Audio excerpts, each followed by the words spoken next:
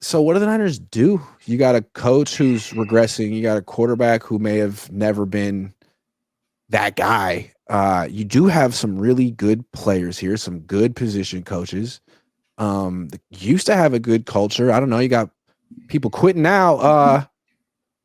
How do you salvage this? Is there a tweak? Is there a change, an evolution that we could ask Kyle Shanahan to make politely, please be different? Or do you have to get drastic here? I think they have to be drastic. I have been advocating to trade Kyle for a couple years. I wanted them to honestly promote D'Amico Ryans, who I felt is a better leader, and they could have traded Kyle when he was even at a higher peak, maybe gotten 2, maybe 3 first rounders. Still had a very good head coach who the players absolutely love and respect, and use those that extra draft capital with, because it works 2 ways. You get extra capital and you get Kyle out of the building, so guys that maybe know what they're doing to pick talent and find talent and address offensive line. So to me, I think it needs to be drastic, Grant. I think if the Bears are still interested, if the Cowboys are still interested, if the Raiders are still interested, let them compete. Get an audition. Who's going to give us 2 first-round picks? Who's going to give us 3 first-round picks? And then when you get those picks, use it on building those 2 lines back up again. And then bring a Ben Johnson and bring a Joe Brady, or bring somebody else, or bring a Brian Flores in. And I'm telling you, it doesn't take long. People are thinking, oh, this is going to, it's not baseball or basketball where it takes years to rebuild. Football, look at the Eagles. They made a couple of tweets, in their coaching staff. They brought in Barkley, and they're back to being relevant and a contender again. So you said something really quick. I want to go back to it. You said something like bringing someone that the players respect. Yeah. And I think that's such an interesting concept, because until recently, I think the players did respect Kyle Shanahan. And I don't know for certain that they don't. But again, what I asked Kittle yesterday about Campbell, he respects Campbell from afar. And it's not because Campbell's an incredible play caller or he's some genius. It's because of how he played and the culture he intends and has succeeded in creating. That's what he respects. And that's what he would want to play for. With Kyle, the respect that he had was based on his offense. Yep. Well, his offense is dope. I mean, it's nice to have a cheat code like Kyle, I mean, so what if he's not really a head coach? He's the best offensive play caller. We want that. We have confidence in his ability to game plan and score points and all that. If that's out the window, then what's left to respect? The play calling aspect is a myth, by the way. I think that's a little bit overrated as well. But I think he lost the team in the Super Bowl this last year. I think that was the final straw, because those of us that talk about it a lot, we see it. You're going to tell me the players don't see it? You're going to tell me that, especially the defensive players, the core of this team, since the Chiefs' first Super Bowl and the Rams game, the defense in all those big games did their job. They played well enough to win. And you're going to tell me 3 times that the offense is the one that let them down. And that's Kyle's offense. And last year there was no excuse because the team was loaded, especially the offensive side. So 19 points in regulation. 19 points in regulation. As soon as that Super Bowl ended, Grant, and they're never going to say it on camera, I think a lot of them lost faith in Kyle. I think you're right. And I think the way maybe Kyle Shanahan could have kept the team was to say after that particular loss, the second one, this one's on me. Right. This one's on me. And he didn't. This one's on me, right? But what happened? It was all about, did he know the rules? Did he not know the rules? And 2 players came out publicly after the game and said, we didn't know it. Who were the players? Kyle, Juszczyk, and Armstead. And Eric Armstead. Yep. Who were the 2 guys who had to take pay cuts this offseason? Good point. And they fired the defensive coordinator. So any scapegoat he could find, he threw under the bus. I wonder if the players realize, instead of Kyle being like, God, this was on me. My offense wasn't good. My game management wasn't good at the end. He makes the 2 players who admit that they didn't know the rule take pay cuts. One guy refuses and gets cut, and then fires the defensive coordinator who clearly outcoached Kyle Shanahan in that game. I mean, it doesn't take a freaking genius to see that for what it is. And that's another philosophy that I talk about is when you have no accountability and you completely never say, I could have did better. I could have done this differently. When you completely deflect that all the time, that's not leadership. That is not leadership at all. And it's like maybe the first time in the Super Bowl when he deflects the blame and doesn't take it on himself, the players can say, he's right. It wasn't his fault. And maybe it was Jimmy's fault, or maybe Nick Bosa did get held on third down. You know, maybe we can maintain our edge by telling ourselves that Kyle is infallible. But then you get back, and it's worse this time, and you score fewer points this time, and it's so clearly his fault, him and his offense, and he blames the defensive coordinator and cuts Armstead. That's wild. Huh? Excuse me? That's I think a clear crossroads where you may have lost the team right there. Who's the cornerback? Was it Womack that left and was with the Colts and he's balling now? Yeah. I mean, there's just a lot of bad decision making on so many different levels. But yeah, just the lack of. Who's that quarterback they had on the bench who's balling now? He's gonna be in the playoffs? Oh yeah.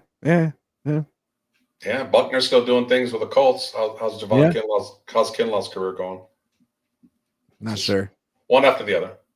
Dave Barclay says, appreciate all your shows. G, always watching, man. Appreciate you, Dave. Stockton Slap 209 says, Niners are a clown show. Window closed. Rebuild. Agree. I like the Brian Flores idea, man. This team kind of needs a new culture that he could. Toughness, man. Agree. All day, every day. Kim says, but will Ben want Brock? But will Flores want Brock? Flores didn't want Tua. That's true. That's true. He may not want them.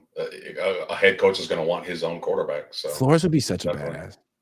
That's pretty cool. Dave Barclay says, want Lyle to be absolutely embarrassed by the Lions. These are Niner fans. Dave Barclay says, rather see Mordecai than play Brick ever again. I want to see Mordecai too. He's got a big arm. Dave Barclay says, Los was the first guy to agree with me. Lyle needs to go. Lyle. Stockton Slap 209 says, the Rams are in control of the NFC West now. Well, yeah.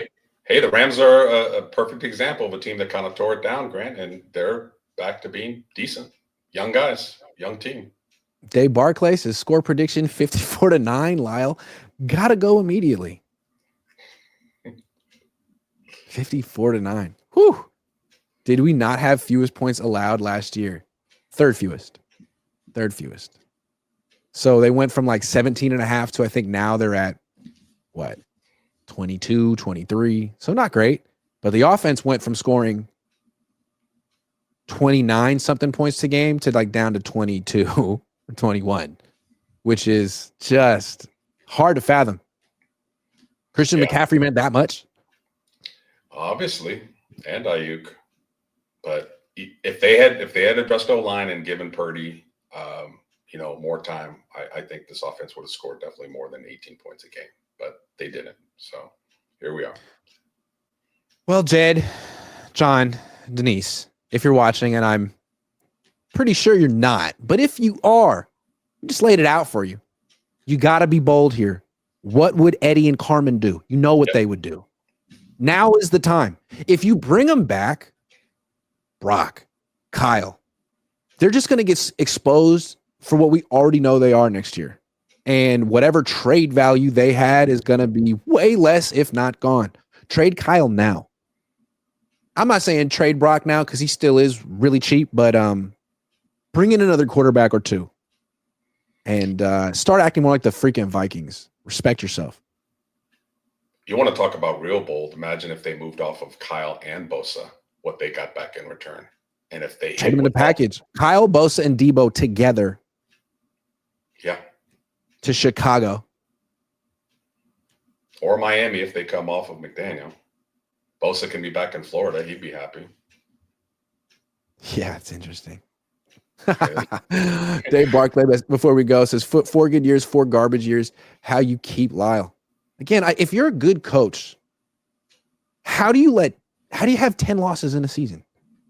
I mean, how? If you're rebuilding, fine, but you had some injuries and everything fell apart. That never happens to the Harbaughs or Tomlin or Andy Reid. Like, you find a way because you're a good coach to win more than you lose, right?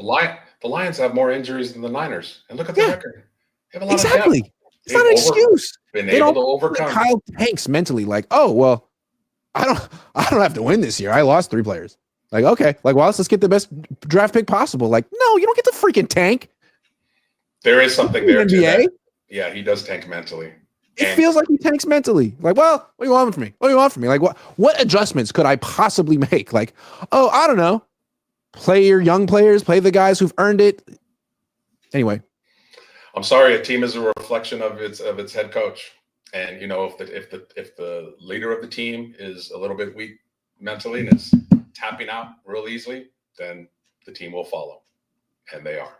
Most coaches don't get into year 9 of a tenure without a ring somewhere, because that deep into the run, you're probably getting, some of the players are getting tired of you. It's been, there's some frustration probably, and they can look back on Tomlin in Pittsburgh and be like, well, he won a Super Bowl. John Harbaugh, well, he won a Super Bowl, so I got to trust him. With Kyle, it's like, no, you lost 2. 3 if we're keeping it 100% real. Like, I don't know. At this point, he might need to. People compare him to Andy Reid.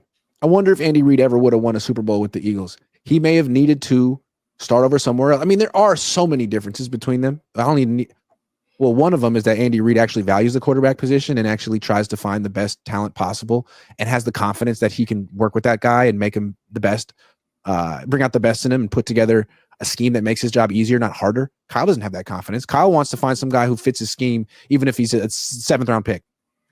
Andy values O-line too. And Kansas City has the best special teams unit year after year after year. The way that Andy Reid would have handled this team, it's like, okay, I have George Kittle. That's my go-to guy. I'm going to give him 100 to 120 targets a year. I don't need to spend on other weapons. I don't need Christian McCaffrey and Brandon Ayuk and Deebo Samuel. Like, I'll draft weapons, but I have my go-to guy. Everything's going to be about him. I'll find other guys, but my offensive line is going to be killer. My defense is going to be killer. That's how he would have done it.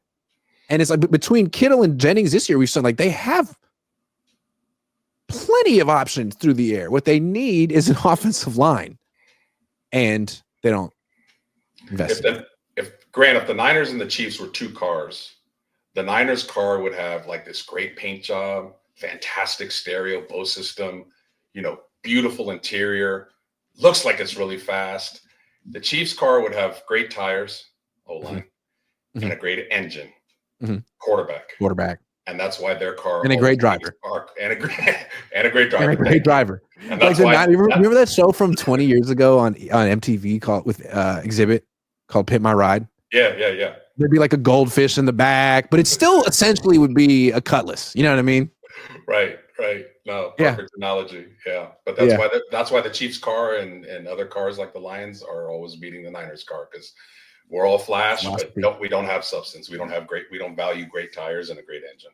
And if the Niners do keep Brock Purdy, if they decide, you know what, we like him, we believe in him, fine. Maybe you're right. You freaking better get him the best offensive line that you've ever gotten a quarterback on this team, because that's the only way to truly find out if Brock's the one or not. Because right now he can always fall behind the excuse of like, well, I'm running for my life.